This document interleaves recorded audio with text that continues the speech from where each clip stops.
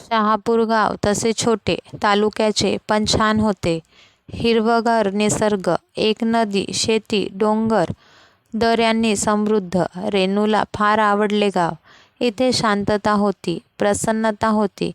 तिनेच मुख्याध्यापकांना सांगून बदली करून घेतली होती इथल्या प्राथमिक शाळेत. 3 छोट्या रूमचे घर भाड्याने मिळाले तिला. शाळेपासून जवळच होते. आज तिचा शाळेत पहिला दिवस होता.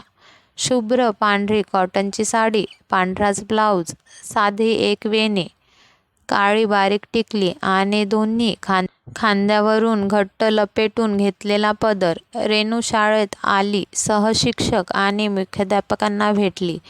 5वी आणि 7वीचे वर्ग तिला दिले. महिना झाला रेणू या शाळेत आणि गावातही छान रुळली. रेणू रोजच पांढरी साडी नेसून शाळेत जात असे.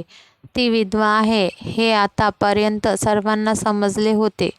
पण म्हणून आजच्या काळात कोण इतके पाळते? आजकाल विधवाही सगळ्या रंगाचे कपडे वापरतात, मग ते शहर असो वा खेड.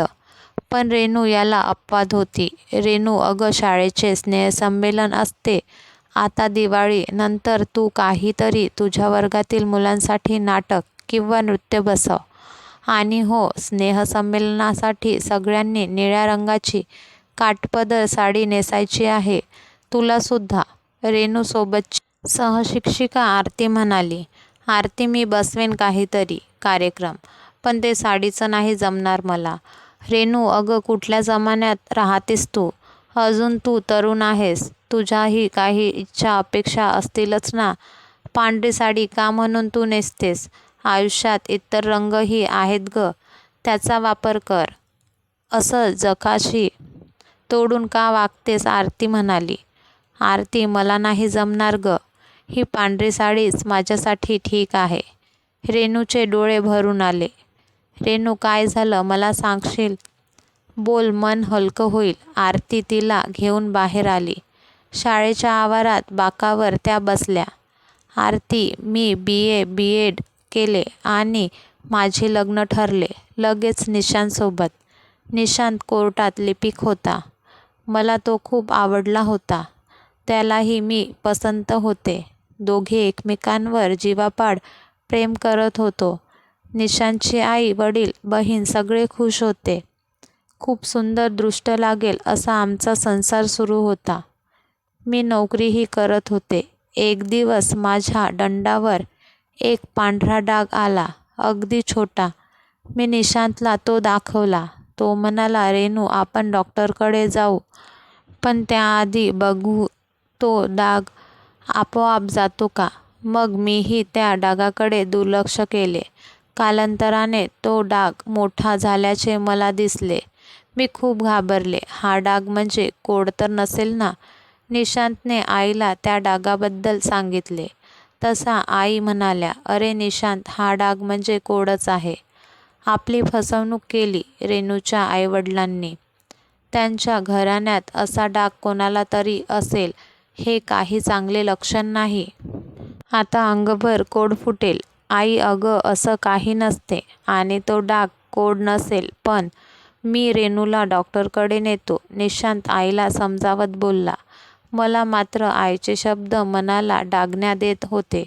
आम्ही दोघं हॉस्पिटलमध्ये गेलो. डाग एकदम मोठा रुपयासारखा झाला होता. चेक केले तर तो कोडच होता. मी पूर्णपणे हादरून गेले. अहो, आमच्या घरात कोणाला असा डाग नाही हो. पण मला कसा आला नाही माहीत. रेणू, अगं नको काळजी करू आता. मेडिकल सायन्स किती पुढे गेले आहे. काहीतरी उपचार असेलच ना यावर. निशांतने माझी समजूत काढली. घरी आलो, आईला सांगितले. तसा त्या जाम भडकल्या. रेणूला आताच्या आता माहेरी सोडून ये असं निशांतला म्हणाल्या. आई, मी असं काहीही करणार नाही. रेणू माझी बायको आहे. ती जशी आहे तशी मला प्रिय आहे. मग आई आणि निशांतमध्ये खूप वाद झाला. मी माहेरी जायला तयार झाले, पण निशांतने जाऊ नाही दिले. आई आता माझ्यासोबत बोलत नव्हत्या. 1 महिना झाला होता. माझे औषधोपचार सुरू होते, पण काही फरक दिसत नव्हता. एक दिवस घरी येत असताना निशांतचा अपघात झाला आणि जागेवरच तो गेला. आईने सगळं खापर माझ्यावर फोडले. तू पांढऱ्या पायाची कोड असलेली निघालीस आणि माझ्या मुलाला गिळलेस. आता तुझे समाधान झाले असेल तर निघ या घरातून. माझ्या सासूने मला हाकलून दिले.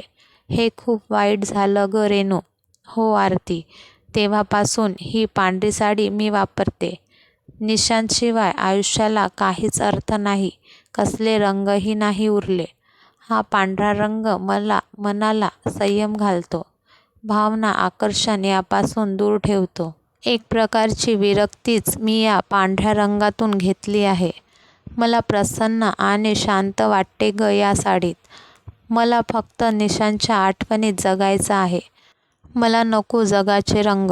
माझ्या पांढऱ्या रंगात मी खुश आहे. आणि आरती हे बघ, म्हणत रेणूने आपल्या दंडावरचा पदर बाजूला केला. एक मोठा पांढरा कोड तिथे होता. जगाला हे दिसू नये म्हणून मी घट्ट पदर लपेटून घेते.